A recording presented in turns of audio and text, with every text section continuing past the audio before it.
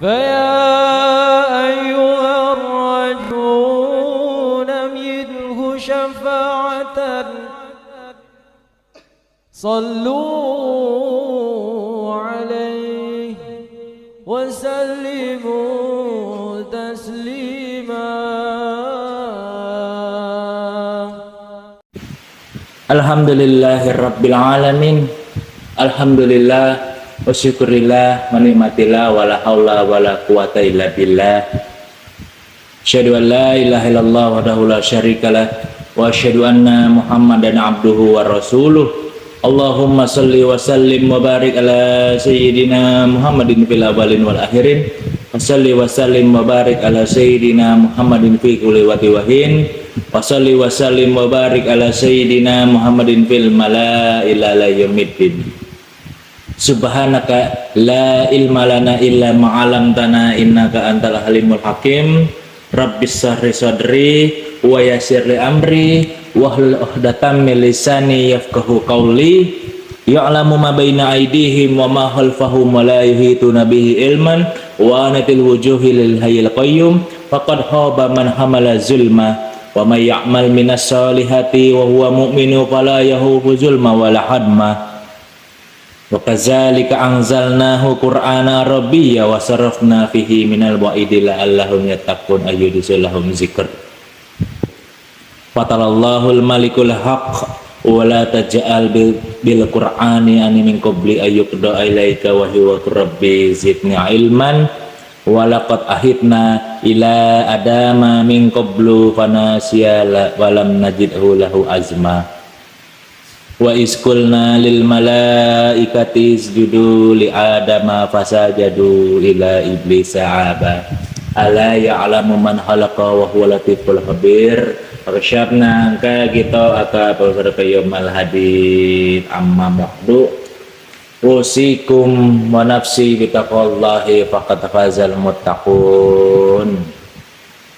Bapak, Ibu, saudara-saudari yang dimuliakan oleh Allah Subhanahu wa taala, saya berwasiat kepada kalian semua, khususnya saya pribadi, agar selalu bertakwa kepada Allah Subhanahu wa taala dengan sebenar-benar takwa, yakni menjauhi larangannya dan menaati perintahnya. Apa yang disuruh oleh Allah Subhanahu wa taala dan Rasulnya ya tolong dijalanin, dan apa yang dilarang oleh Allah dan Rasulnya tolong dijauhin.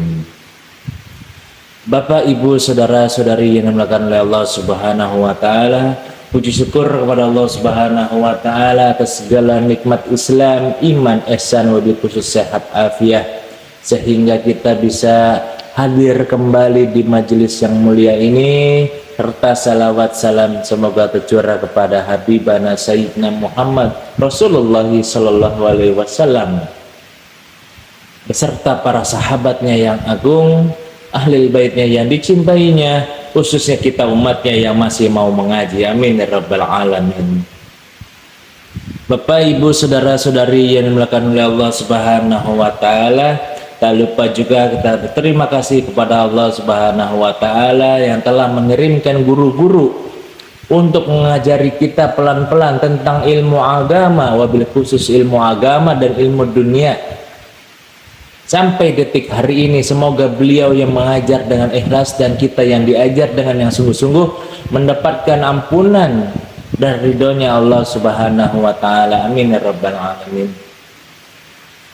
Alhamdulillahirabbil alamin. Pada malam hari ini kita sudah memasuki hikmah yang nomor 16. Bila mana ada yang mau ditanyakan tentang hikmah yang ke-15 yang kemarin, bahkan yang ke-1, 2, 3, 4 dan seterusnya, boleh gitu sebelum dilanjut. Kalau nggak ada kita mulai. Bismillahirrahmanirrahim. Al-hikmatu sadisata syarata minal hikami al-atawiyah falal imam al-alamah harut bilas Syekh Tajuddin Ahmad bin Muhammad Abu Fadel Ibnu Athaillah Syakandari rahimahullahu ta'ala wa nafa'ana bihi wa bi barakatihi wa bi ulumi. Qala Syekh, kaifa yatasawwaru ayyah jubahu syai' Bagaimana dapat dibayangkan bahwa Allah dapat dihijab oleh sesuatu? Wa huwallazi azharu kullasyai. Sedangkan Allah Subhanahu wa taala yang menzahirkan segala sesuatu. Wallahu a'lam bishawab. Saudara-saudari yang dimuliakan oleh Allah Subhanahu wa taala, alhamdulillah rabbil alamin. Kita sudah memasuki pertengahan bulan Rajab, yang dimana bulan Rajab ini ialah salah satu bulan haram dari 4 bulan haram dalam kalender Hijriyah. Bulan Rajab ini ialah kita diharamkan untuk melakukan maksiat, diharamkan apabila saya khususnya dan kalian semua melakukan suatu dosa, maka akan dilipat gandakan dosanya. Tapi sebaliknya, bila mana kita melakukan ibadah, akan dilipat gandakan pahalanya, gitu. Mudah-mudahan kita semua, wabil khusus saya pribadi dan umat muslim atau muslimat, dapat berjumpa kembali di bulan Sya'ban, lalu ada bulan Ramadan. Alhamdulillahirabbil alamin. Saudara-saudara yang dimuliakan oleh Allah Subhanahu wa taala, Syekh Ibnu Taimiyah Sekandari kebingungan. Kenapa dalil atau petunjuk adanya Allah Subhanahu wa taala bisa jadi hijab, bisa jadi hijab. Contohnya kita mau ke mana sini? Contohnya mau ke Ciputat. Kita melihat plang jalan Ciputat. Oh, Ciputat itu belok kanan, yang lurus Kebayoran. Kenapa bisa plang tersebut menjadi hijab kita untuk bisa mencapai Ciputat? Kenapa? Bingung tuh. Makanya digunakan kata-kata kaif. Bagaimana? Kaif, bingung. Suatu perasaan yang menggambarkan kebingungan atau keheranan. Saudara-saudara yang dimuliakan oleh Allah Subhanahu wa taala, yang nomor 2 ialah alam semesta ini, makhluk manusia yang ada di bumi kita ini, dalilnya adalah Allah Subhanahu wa taala.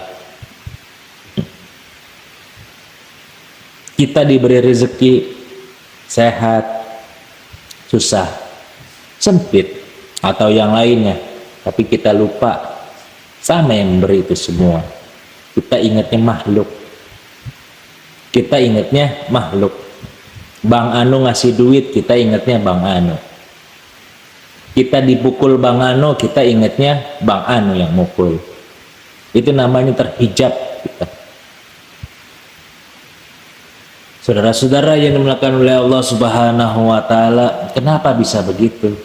Kenapa bisa begitu? Gitu. Kenapa bisa begitu? Sesungguhnya manusia itu ialah ada 2 konteks dalam menemukan cahaya, atau petunjuk. Kita tulis dulu di papan tulis. Yang pertama ialah manusia yang bakal menemukan cahaya, suka atau tidak suka, dia akan bertemu dengan Allah Subhanahu wa taala.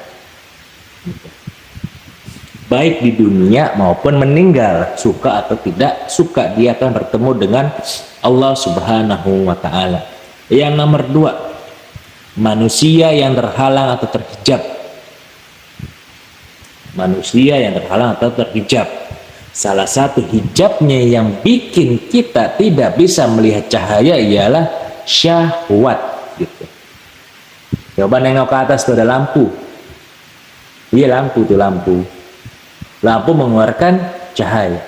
Ambil buku ente, tutup mata ente, kelihatan nggak itu cahaya? Tidak kelihatan. Tapi cahayanya ke mana-mana. Itulah petunjuk.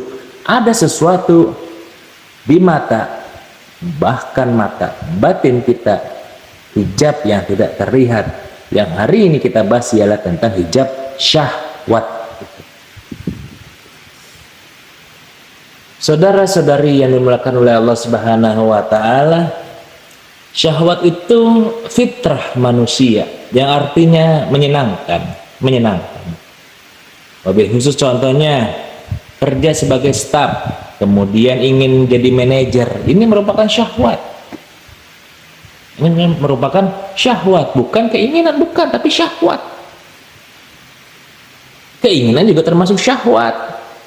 Tapi ada keinginan tidak baik, ada keinginan yang baik. Dia tidak sadar dengan kemampuannya, baru masuk tiba-tiba ingin jadi manajer. Itu namanya terselip syahwat. Sehingga dia bisa melakukan segala sesuatu yang di luar akal manusia. Kecurangan, gitu, jilat sana sini. Gitu. Itu namanya syahwat yang tidak disadarin. Demi memuluskan egonya, demi memuluskan hawa nafsunya, gitu. Syahwat, gitu. Karena syahwat itu datang sekelebat doang, cepet dar, gitu. Syahwat cepet dar. Kalau sudah menanam dalam batin kita, itu jadi nafsu namanya. Contoh lagi nomor 2, menunda-nunda sholat, gitu. Itu syahwatnya dialamin namanya. Allahu Akbar, Allahu Akbar. Cepet juga udah azan, wah begitu tuh. Sebat lagi dia. Sampai Allahumma rabb hadzihi da'wati tamma, sampai Allahu Akbar, itu orang masih rokok, itu orang masih ngopi, karena tadi syahwatnya dialami. Gitu. Karena syahwat itu tidak selalu perbuatan yang tercela, saudara. Yang hari ini kita bahas ialah syahwat-syahwat yang tidak selalu perbuatan yang tercela. Yang pertama ialah syahwat taat. Syahwat taat yang pertama. Apa itu syahwat taat? Kan begitu ya. Yang pertama ialah memburu ijazah atau amalan-amalan, gitu. Percuma kita memburu suatu ijazah atau amalan jika tidak diamalkan. Semuanya ingin diraup, tapi tidak ada satupun yang diamalkan. Semuanya diraup, tapi tidak ada satupun yang diamalkan. Namanya syahwat taat. Sana kemari nyari guru yang katanya mursyid, yang katanya itu, yang katanya anu. Dikatakan dalam hatinya labaik, labaik, labaik, gitu. Supaya dia dianggap jadi muridnya, supaya dia begini begitu, itu namanya syahwat taat. Dia memburu ijazah-ijazah, bahkan yang uzubillah min zalik, dia memburu ijazah atau amalan keduniaan, gitu. Kiainya dipintain amalan keduniaan, padahal kiainya benar-benar tawadu, benar-benar berilmu, benar-benar menjaga semuanya, tapi kita yang tidak tahu diri tiba-tiba minta amalan keduniaan. Nauzubillah min dzalik.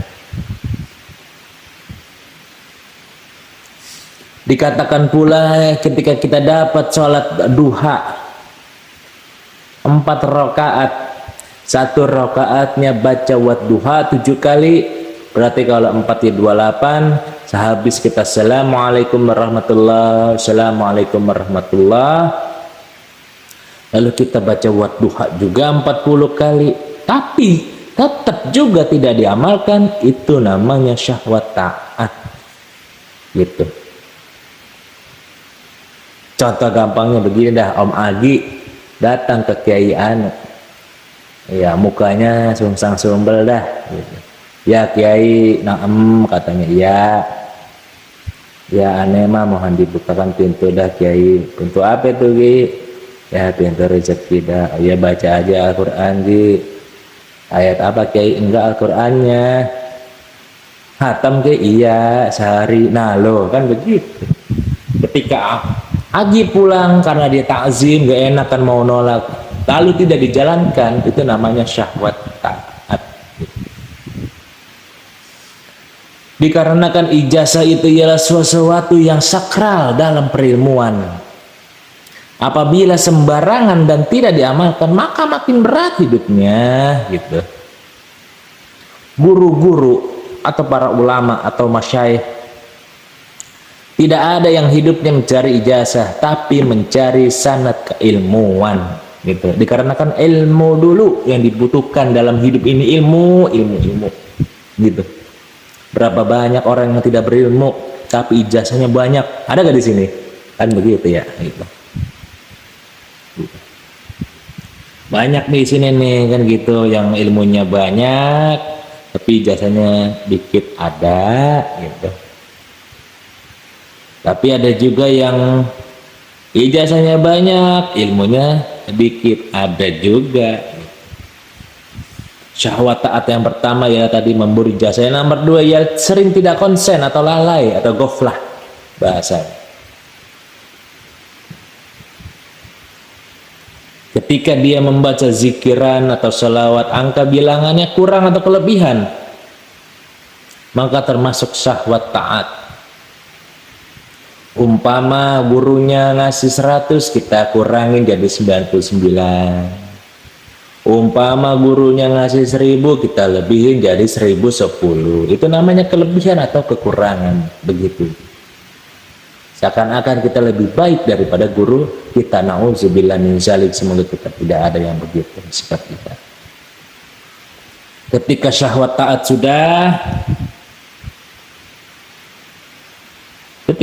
taat sudah, lalu ada namanya syahwat yang tanda-tandanya ada pada diri kita, syahwat taat. Contohnya syahwat taat, tanda-tanda kita mendapatkan syahwat taat. Yang pertama ialah bangga diri, atau bahasa Arabnya ujub, bangga. Kemudian kita cerita kepada orang lain tentang kita dikasih ini, dikasih kepada orang lain. Hebat benar ceritanya. Itu namanya bangga diri yang bisa merusak amalan kita. Sedangkan guru-guru kan nasihatin, kalau ente udah ngamalin udah diem aja. Tapi karena kita bodoh seperti yang di awal tadi, tidak ada ilmunya, dia cerita kepada orang lain. Bahkan orang lain itu cerita terus. Karena satu di hati kita ingin diakui. Itu saudara-saudara. Yang nomor dua ya sering membandingkan sesuatu. Guru anu lebih baik daripada guru anu, nauzubillah min zalik. Habib anu lebih baik daripada Habib anu, nauzubillah min zalik. Amalan ini sama amalan ini, tidak boleh begitu, gitu. Tidak boleh begitu. Sering kita membandingkan sesuatu. Saudara-saudari yang dimuliakan oleh Allah Subhanahu wa taala, boleh nih kalau ada yang mau nanya nih, baru syahwat taat gitu, karena ada 3 syahwat yang mesti kita hindarin di dalam hidup ini, gitu.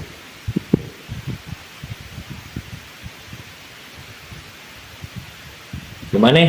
Kalau ada yang mau nanya boleh dipersilakan pelan-pelan. Atau ditulis pertanyaan dan nanti selesai menulis.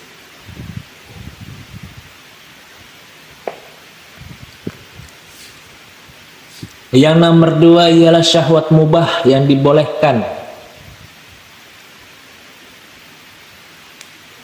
Contohnya ialah syahwat mubah yang sering menghinggapi diri kita, ialah yang berlebih-lebihan.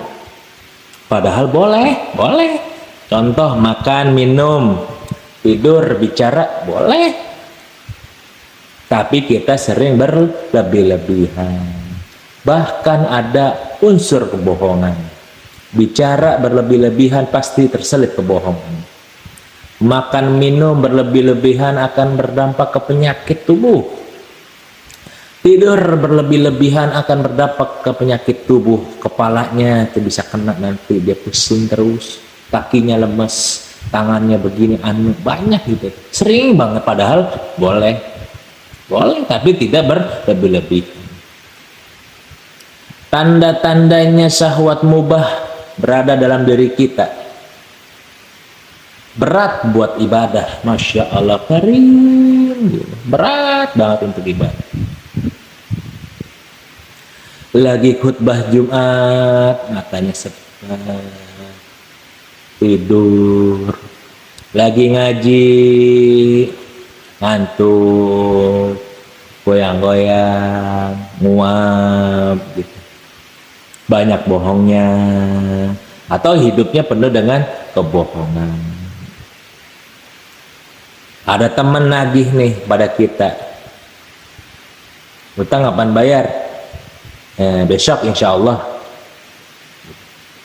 Tapi malah tidak dibayarkan. Lebih-lebih kita membawa ucapan insya Allah, padahal hati kita, mulut kita berbohong. Na'udzubillah min dzalik. Saudara-saudari yang dimuliakan oleh Allah Subhanahu wa taala, yang nomor 2 ialah banyak bohongnya. Gitu. Ciri-ciri syahwat mubah yang nomor 2 ialah tanda-tandanya ialah banyak bohongnya. Yang pertama tadi berat buat ibadah, yang nomor 2 ialah banyak bohong. Mau pergi bohong dulu sama istri, sama anak, gitu. Mau tidur aja bohong sama bos. Bos, aneh mau ke depan dulu mau tak kopi. Padahal tidur di masjid, di mobil. Dagang banyak bohongnya. Buah murah, padahal masih asam tapi dibilang manis. Itu banyak bohongnya gitu. Yang nomor 3 ialah syahwat maksiat. Syahwat maksiat itu ada 2, saudara-saudara yang dimuliakan Allah Subhanahu wa taala. Ada 2. Yang pertama ialah lahir dan batin. Bila mana lahir, syahwat lahir berbicara mengenai perilaku manusia yang menyimpang, perilaku manusia yang menyimpang gitu. Contohnya, suatu ajaran agama yang menyimpang, dikatakan masuk surga itu hanya cukup sholat 3 waktu saja. Ada yang bilang begitu. Ada yang sholat maktubahnya digabung, ada gitu. Tak usah sebut nama kan gitu. Ada yang namanya maksiat lahir gitu. Karena Nabi Muhammad SAW menerima orang-orang yang berdosa, tapi tidak menerima orang-orang yang menyimpang dalam agama. Orang berdosa sekalipun, termasuk saya, Al-Bakir, Nabi SAW cuma menerima saya yang berdosa. Tapi ketika saya sudah mulai menyimpang dalam agama, Nabi pasti menolak saya mentah-mentah. Na'udzubillah min dzalik. Yang nomor 2 ialah syahwat batin. Syahwat batin ditandai yang pertama ialah merasa lebih benar. Orang selalu salah di mata kita, di mata kita gitu. Orang lain salah, kita selalu benar gitu. Itu ciri-cirinya.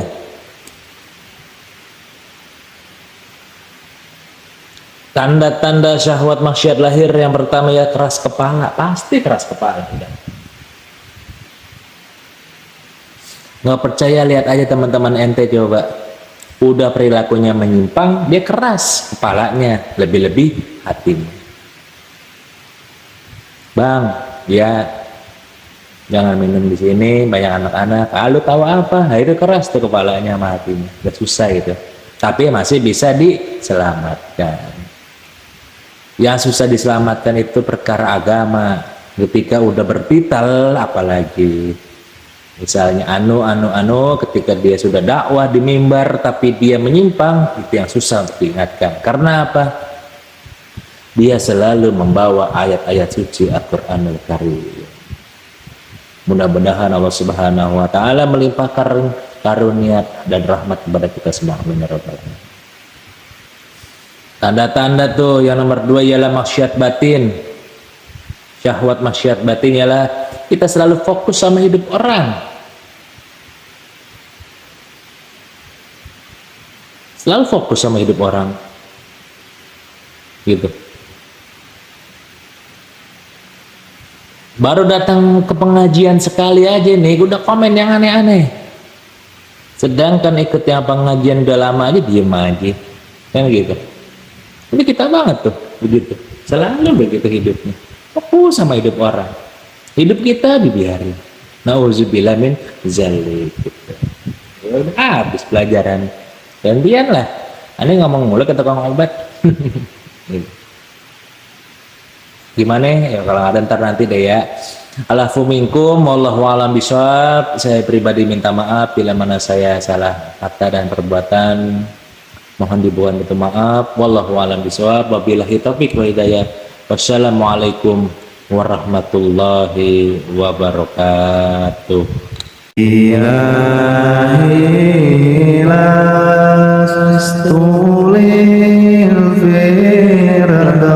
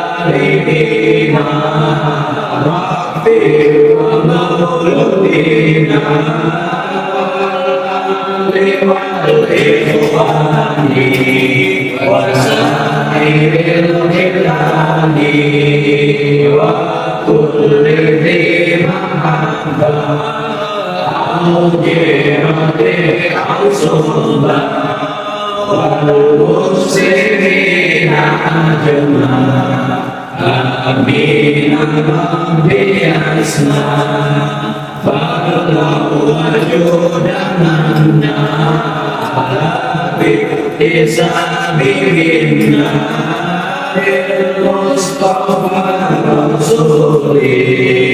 مرضى بكل سوء صلى وسلم ربي عليه عند ربي وآله وصحبه ويا العرش شربي والحمد لله في البدر والأنهار سبحان الله والحمد لله ولا إله إلا الله الله أكبر سبحان الله والحمد لله ولا إله إلا الله الله أكبر سبحان الله والحمد لله ولا إله إلا الله الله أكبر ولا حول ولا قوة إلا بالله العلي العظيم صلى الله على محمد